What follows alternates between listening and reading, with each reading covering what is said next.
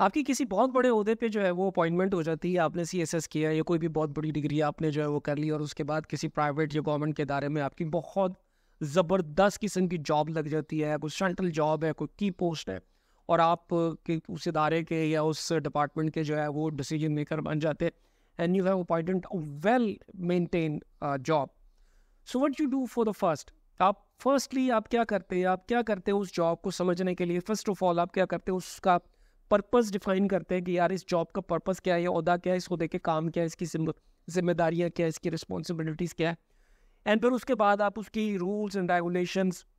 اس کے plus minus اور جو کچھ بھی اس عہدے کے ساتھ چیزیں ریلیٹ کرتی ہیں وہ ساری کی ساری آپ دیکھتے ہیں, آبزرو کرتے ہیں, انڈرسٹینڈ کرتے ہیں. پھر اس کے بعد اپنی آپ جو ہے وہ جاب سٹارٹ کرتے ہیں, اس عہدے کو آپ جو ہے اس کے اوپر کام کرنا شروع کر دیتے ہیں.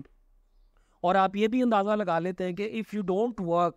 if you work against the rules and regulations, what will happen to you, because there are certain laws یا certain rules and regulations ہوتے ہیں کہ اگر آپ ان کو فالو نہیں کریں گے یا ان کو بریک کریں گے تو اس کے بعد آپ کو آپ کے ان اصولوں کے مطابق جو ہے وہ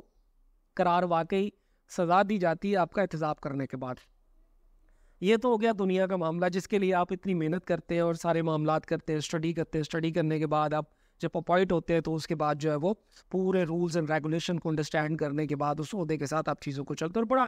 بڑا دیکھ بھال کے, بڑا سوچ سمجھ کے, کہیں کوئی ایلیگیشن میرے اوپر نہ لگ جائے, کوئی کرپشن کا چارج نہ لگ جائے, کوئی فلانی چیز نہ ہو جائے, ہر چیز سے آپ دیکھ بھال کے وہاں پہ چل رہے ہوتے ہیں. یہ بات جو لوگ ان عہدوں پہ عہدہ برائے ہیں ان کو پتہ ہوگا but I am talking about. تو اب دوسری طرف اللہ سبحانہ و تعالیٰ سورہ مومنون کی 115ویں آیت میں فرماتے ہیں, افحسبتم انما خلقناکم عبثا وانکم الینا لا ترجعون, کیا تم یہ گمان کرتے ہو, یہ خیال کرتے ہو کہ ہم نے تمہیں بے مقصد پیدا کیا ہے اور تم نے ہماری طرف لوٹ کر نہیں آنا, یعنی تم سے کوئی جواب نہیں لیا جائے گا, تمہارا کوئی حساب نہیں ہوگا, تم سمجھتے ہو کہ تم سے کچھ نہیں پوچھا جائے گا. یعنی اب آپ دوسرے لفظوں میں آ جائیے کہ انسان کو اللہ سبحانہ و تعالیٰ نے اس دنیا میں, اس کائنات میں پیدا کیا ہے تو اس کا کوئی مقصد ہے, اس کا وہ پرپز ہے. وہ سب سے پہلی چیز ہے کہ وہ پرپز ہی نہیں جانتا کہ اس کا پرپز کیا ہے. پرپز کہاں پتہ چلے گا؟ پرپز آپ کو اللہ سبحانہ و تعالیٰ کی کتاب بتائے گی, قرآن مجید بتائے گی. کیا کرتے ہیں ہم اس کو پڑھتے ہی نہیں ہیں. جب ہم پڑھتے نہیں ہیں تو ہم اپنے اس عہدے کا جو ہمیں اس دنیا میں عطا کیا گیا ہے یا جس مقصد کے لیے ہمیں پیدا کیا گیا ہے, تو جب ہم اس کے رولز اینڈ ریگولیشن ہی نہیں جانتے تو پھر ہم اس کو نبھائیں گے کیسے؟